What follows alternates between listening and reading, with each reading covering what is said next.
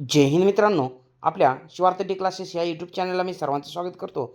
आपण या व्हिडिओमध्ये मराठी व्याकरणमधील शब्दसमूहाबद्दल एक शब्द असे महत्त्वाचे काही शब्द या ठिकाणी पाहणार आहोत. तर आपण या ठिकाणी पेपर क्रमांक 1 TET आणि TET पेपर क्रमांक 2 या दोन्ही पेपरच्या अनुषंगाने हा घटक या ठिकाणी पाहणार आहोत. तर बघूया आपण या ठिकाणी.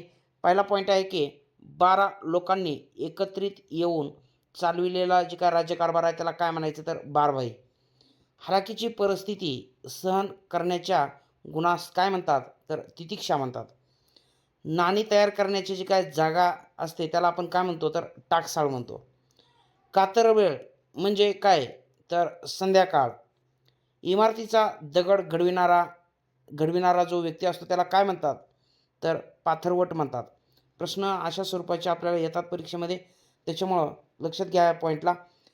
तर पुढचा पॉईंट आहे जुन्या चालीरीतीप्रमाणे वागणारा म्हणजे त्याला काय म्हणायचं, तर सनातनी. आकाशात गमन करणारा म्हणजे डॅश होय खग, त्याला आपण पक्षीही म्हणतो. पुढचा पॉईंट आहे मागून जन्मलेला, त्याला आपण काय म्हणायचं, तर अनुज म्हणायचं. तर अगोदर जो काय जन्मलेला असतो तर त्याला आपण काय म्हणतो, तर अग्रज म्हणतो. आणि मागून जन्मलेल्याला अनुज म्हणतो. पहाटेच्या पवित्र काळाला काय म्हणतात, रामप्रहर म्हणतात. माकडाचा खेळ करणाऱ्यास काय म्हणतात, मदारी म्हणतात. अस्वलाचा खेळ करणाऱ्यास काय म्हणतात, दरवेशी म्हणतात. शेतकऱ्यांना मिळणाऱ्या सरकारी कर्जाला काय म्हणतात, तगाई म्हणतात. डोक्यापासून ते पायापर्यंत म्हणजे काय, तर आपादमस्तक. पुढचा पॉईंट आहे भाकरी करण्याचं जे काय लाकडी ताट असतं किंवा त्याला आपण पराती म्हणूया, त्याला काय म्हणायचं, तर कातवट म्हणायचं. तिन्ही बाजूने पाणी असलेल्या भूप्रदेशाला काय म्हणतात, द्वीपकल्प म्हणतात. समाजात समता असावी अशा विचाराचा त्याला काय म्हणायचं, तर साम्यवादी. दोन नद्यामध्ये असणाऱ्या जागेला काय म्हणतात, दुआब म्हणतात. स्वतःच्या फायद्याचे बघणारा अप्पलपोटा.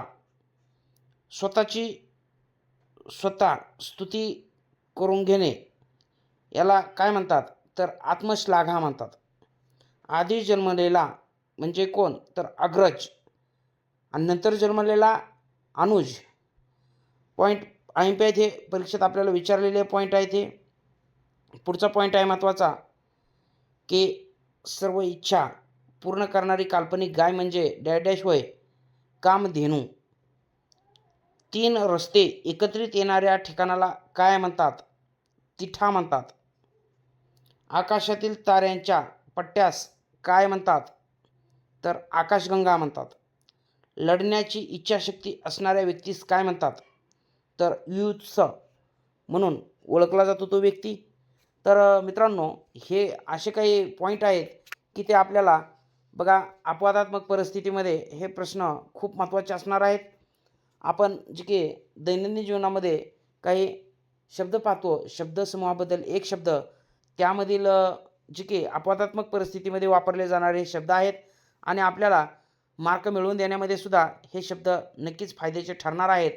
तर मित्रांनो, आपण जर माझ्या चॅनलला नवीन असाल तर चॅनलला सबस्क्राईब करा आणि हा व्हिडिओ आपल्या मित्रापर्यंत जास्तीत जास्त शेअर करा. व्हिडिओ आवडल्यास व्हिडिओला लाईक करा.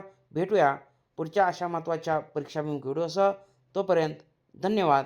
जय हिंद. वंदे मातरम.